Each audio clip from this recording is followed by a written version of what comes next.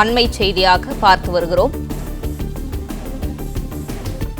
அமைச்சர் செந்தில் பாலாஜிக்கு வழங்கப்பட்ட ஜாமீனை ரத்து செய்ய கோரிய வழக்கில் உச்சநீதிமன்றம் கேள்வி எழுப்பியுள்ளது. இது குறித்தான முழு விவரங்களோடு இணைகிறார் செய்தியாளர் ராஜகுமரன். ராஜகுமரன், விவரங்களை வழங்கலாம். அமைச்சர் செந்தில் பாலாஜிக்கு வழங்கப்பட்ட ஜாமீனை ரத்து செய்ய வேண்டும் என வித்யாகுமார் என்பவர் உச்சநீதிமன்றத்தில் மனு தாக்கல் செய்திருந்தார். அந்த மனு விசாரணைக்கு வந்திருக்கக்கூடிய சூழ்நிலையில் அமைச்சர் செந்தில் பாலாஜிக்கு ஜாமீன் வேண்டுமா அல்லது அமைச்சர் பதவி வேண்டுமா என நீதிபதிகள் கேள்வி எழுப்பியிருக்கின்றனர். நீதிபதி அபய் எஸ் ஓஹா தலைமையிலான அமர்வில் இந்த வழக்கு விசாரிக்கப்பட்டு வரக்கூடிய சூழ்நிலையில் செந்தில் பாலாஜி அமைச்சராக இருந்த பொழுது அவர் சமரசம் செய்த விதம் குறித்து குற்றச்சாட்டுகள் இருக்கின்றன என்று குறிப்பிட்டிருக்கின்றார்கள். அமைச்சர் செந்தில் பாலாஜிக்கு வழங்கப்பட்ட ஜாமீனை ரத்து செய்ய கோரி உச்சநீதிமன்றத்தில் தாக்கல் செய்யப்பட்டு இருக்கக்கூடிய இந்த வழக்கில் செந்தில் பாலாஜி தரப்பை நோக்கி நீதிபதிகள் இந்த கேள்வியை எழுப்பியிருக்கின்றார்கள். சிறையில் இருந்த செந்தில் பாலாஜிக்கு நன்னடத்தை அடிப்படையில் தான் உச்சநீதிமன்றம் ஜாமீன் வழங்கவில்லை என்பதையெல்லாம் சுட்டிக்காட்டியிருக்கின்றார்கள். நன்னடத்தை அடிப்படையில் உச்சநீதிமன்றத்தில் உங்களுக்கு ஜாமீன் வழங்கவில்லை, அடிப்படை உரிமை பாதிக்கப்படக்கூடாது எனும் காரணத்தினால்தான் செந்தில் பாலாஜிக்கு ஜாமீன் வழங்கியிருந்தோம் என்று குறிப்பிட்டிருக்கக்கூடிய நீதிபதிகள் ஜாமீன் உத்தரவு பிறப்பித்த போது செந்தில் பாலாஜி அமைச்சராக இல்லை, தற்போது அமைச்சராக உள்ளார் என்பதையும் சுட்டிக்காட்டியிருக்கின்றார்கள். செந்தில் பாலாஜிக்கு ஜாமீன் கொடுக்கும் போது இருந்த சூழல் வேறு, தற்போதைய சூழல் வேறு. அப்போது அவர் அமைச்சராக இல்லை, ஆனால் இப்போது அமைச்சராக இருக்கின்றார். அமைச்சராக இருந்தபோது செந்தில் பாலாஜி புகார்களுடன் செட்டில்மெண்ட் செய்து கொண்டது நினைவில்லையா என்றும் தற்பொழுது அடுக்கடுக்காக உச்சநீதிமன்ற நீதிபதிகள் பல கேள்விகளை எழுப்பியிருக்கின்றார்கள். தற்போது அமைச்சராக இருக்கக்கூடிய செந்தில் பாலாஜி சாட்சிகளை கலைக்க முற்பட மாட்டார் என்பதற்கு என்ன உறுதி என்று செந்தில் பாலாஜி தரப்பை நோக்கி நீதிபதிகள் கேள்வி எழுப்பியிருக்கின்றார்கள். ஏற்கனவே கடந்த அமர்வில் விசாரிக்கப்பட்ட பொழுதும் செந்தில் பாலாஜி தரப்பை நோக்கி பல கேள்விகளை எழுப்பியிருந்த நீதிபதிகள் தற்பொழுதும் சில கேள்விகளை எழுப்பியிருக்கின்றார்கள். செந்தில் பாலாஜி தரப்பில் தாக்கல் செய்யப்பட்டிருந்த சில கோரிக்கைகளை அவர்கள் ஏற்கவில்லை. குறிப்பாக வேறு மாநிலத்துக்கு மாற்ற வேண்டும் அந்த வழக்கின் விசாரணையை என்று ஒரு கோரிக்கையை செந்தில் பாலாஜி தரப்பில் முன்வைத்திருந்தார்கள். ஆனால் வேறு மாநிலத்திற்கு செந்தில் பாலாஜி தொடர்புடைய வழக்கின் விசாரணையை மாற்ற வேண்டும் என்ற கோரிக்கையை நிராகரிப்பதாக தற்பொழுது நீதிபதிகள் கூறியிருக்கின்றார்கள். மேலும் சாட்சிகளை கலைப்பார் என்ற அச்சம் இருந்தால் வழக்கு விசாரணையை வேறு மாநிலத்திற்கு மாற்றலாம் என்றுதான் செந்தில் பாலாஜி தரப்பில் குறிப்பிட்டிருந்தார்கள். ஆனால் அதை மறுத்திருக்கக்கூடிய நீதிபதிகள் உச்சநீதிமன்றம் அளித்த ஜாமீன் என்பது சாட்சிகளை கலைப்பதற்கு கொடுக்கப்பட்ட லைசன்ஸ் இல்லை என செந்தில் பாலாஜி தரப்பை நோக்கி கூறியிருக்கின்றார்கள். அமைச்சர் செந்தில் பாலாஜி போக்குவரத்து துறையில் வேலை வாங்கி தருவதாக சொல்லி பலரிடம் பணம் பெற்றிருந்தார், அதில் மோசடி செய்துவிட்டார் என்ற குற்றச்சாட்டு அடிப்படையில் தான் 2 ஆண்டுகளுக்கு மேலாக புழல் சிறையில் அடைக்கப்பட்டிருந்தார். அந்த காலகட்டத்தில் தன்னுடைய அமைச்சர் பதவியை எல்லாம் செந்தில் பாலாஜி ராஜினாமா செய்திருந்தார். அதன் பிறகு வெறுமனவே சட்டமன்ற உறுப்பினராக இருந்த சூழ்நிலையில் தான் அவர் ஜாமீன் பெறுவதற்காக நீண்ட முயற்சியை மேற்கொண்டிருந்தார். அமலாக்கத்துறை வழக்கு என்பதால் செந்தில் பாலாஜிக்கு ஜாமீனே வழங்கப்படவில்லை. 2 ஆண்டுகளுக்கு மேலாக சிறையில் இருந்தால் அதன் பிறகுதான் ஒரு வழியாக ஜாமீன் பெற்றார். ஜாமீன் பெற்ற சில நாட்களிலேயே அவர் அமைச்சராக வந்திருக்கக்கூடிய சூழ்நிலையில் தான் அடுக்கடுக்காக உச்சநீதிமன்றத்தில் இந்த கேள்விகள் எழுப்பப்படுகின்றன.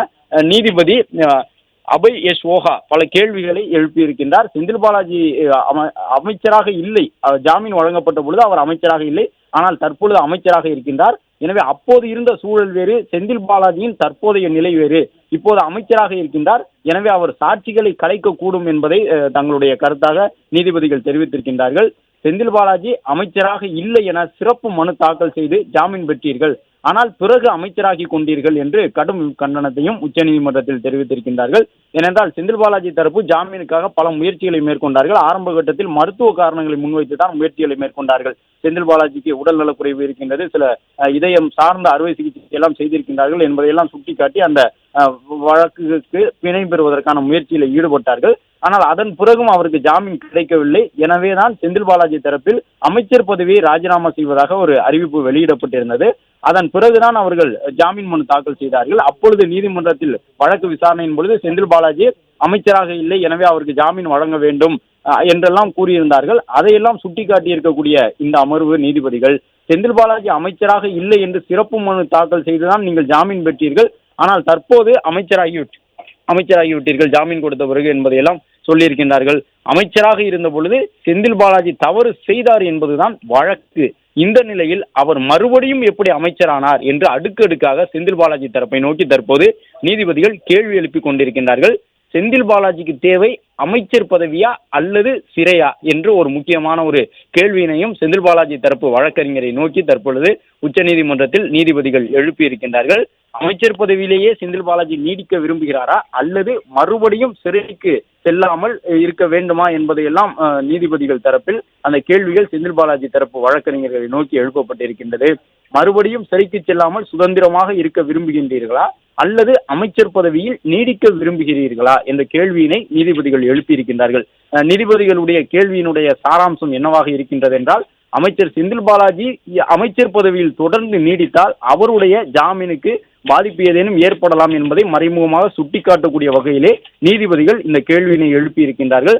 அமைச்சர் பதவியில் நீடிக்க வேண்டுமா, மறுபடியும் சிறைக்கு செல்லாமல் சுதந்திரமாக இருக்க விரும்புகின்றார்களா என்று செந்தில் பாலாஜி தரப்பை நோக்கி அவர்கள் கேள்வி எழுப்பியிருக்கின்றார்கள். மேலும் செந்தில் பாலாஜிக்கு ஜாமீன் வழங்கப்பட்டது என்பது அவருடைய நன்னடத்தை காரணமாக ஜாமீன் வழங்கவில்லை. சிறையில் இருந்த பொழுது நன்னடத்தையோடு இருந்தார் என்பதற்காக ஜாமீன் வழங்கவில்லை. அவருக்கான அடிப்படை உரிமைகள் என்ற அடிப்படையில் தான் ஜாமீனை வழங்கியிருந்தார்கள் என்று குறிப்பிட்டிருக்கக்கூடிய நீதிபதிகள் சாட்சியை செந்தில் பாலாஜி கலைக்க மாட்டார் என்பதை ஏற்க முடியாது என்று தற்போது கூறியிருக்கிறார்கள்.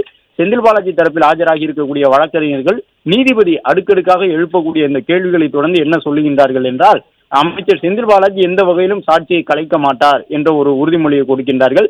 மேலும் அமைச்சர் செந்தில் பாலாஜி சாட்சியை கலைத்து விடுவார் என்று உச்சநீதிமன்றத்திற்கு கவலை இருந்தால் இந்த வழக்கின் விசாரணையை வேறு நீதிமன்றத்திற்கு நீங்கள் மாற்றிக்கொள்ளுங்கள் என்ற ஒரு கருத்தையும் செந்தில் பாலாஜி தரப்பு வழக்கறிஞர்கள் சொன்னார்கள். ஆனால் அதை ஏற்க மறுத்திருக்கக்கூடிய நீதிபதிகள் வேறு மாநிலத்தில் விசாரணையை மேற்கொள்ள வேண்டும் என்பதை ஏற்றுக்கொள்ள முடியாது என்பது மட்டுமல்லாமல் சாட்சியை செந்தில் பாலாஜி கலைக்க மாட்டார் என்பதையும் நாங்கள் ஏற்றுக்கொள்ள முடியாது என்ற ஒரு கருத்தை தெரிவித்திருக்கின்றார்கள். எனவே இந்த வழக்கினுடைய விசாரணை தற்பொழுது நடைபெற்றுக் கொண்டிருக்கின்றது. செந்தில் பாலாஜி சிறையிலிருந்து வெளிவந்த பிறகு மீண்டும் அமைச்சராகிவிட்டார். இந்த சூழ்நிலையில் தான் அவருக்கு வழங்கப்பட்ட அந்த ஜாமீன் உத்தரவை ரத்து செய்ய வேண்டும் என்று ஒரு மனு தாக்கல் செய்யப்பட்டிருந்தது. டெல்லியில் உச்சநீதிமன்றத்தில் அந்த வழக்கு விசாரணைக்கு வந்திருக்கின்றது.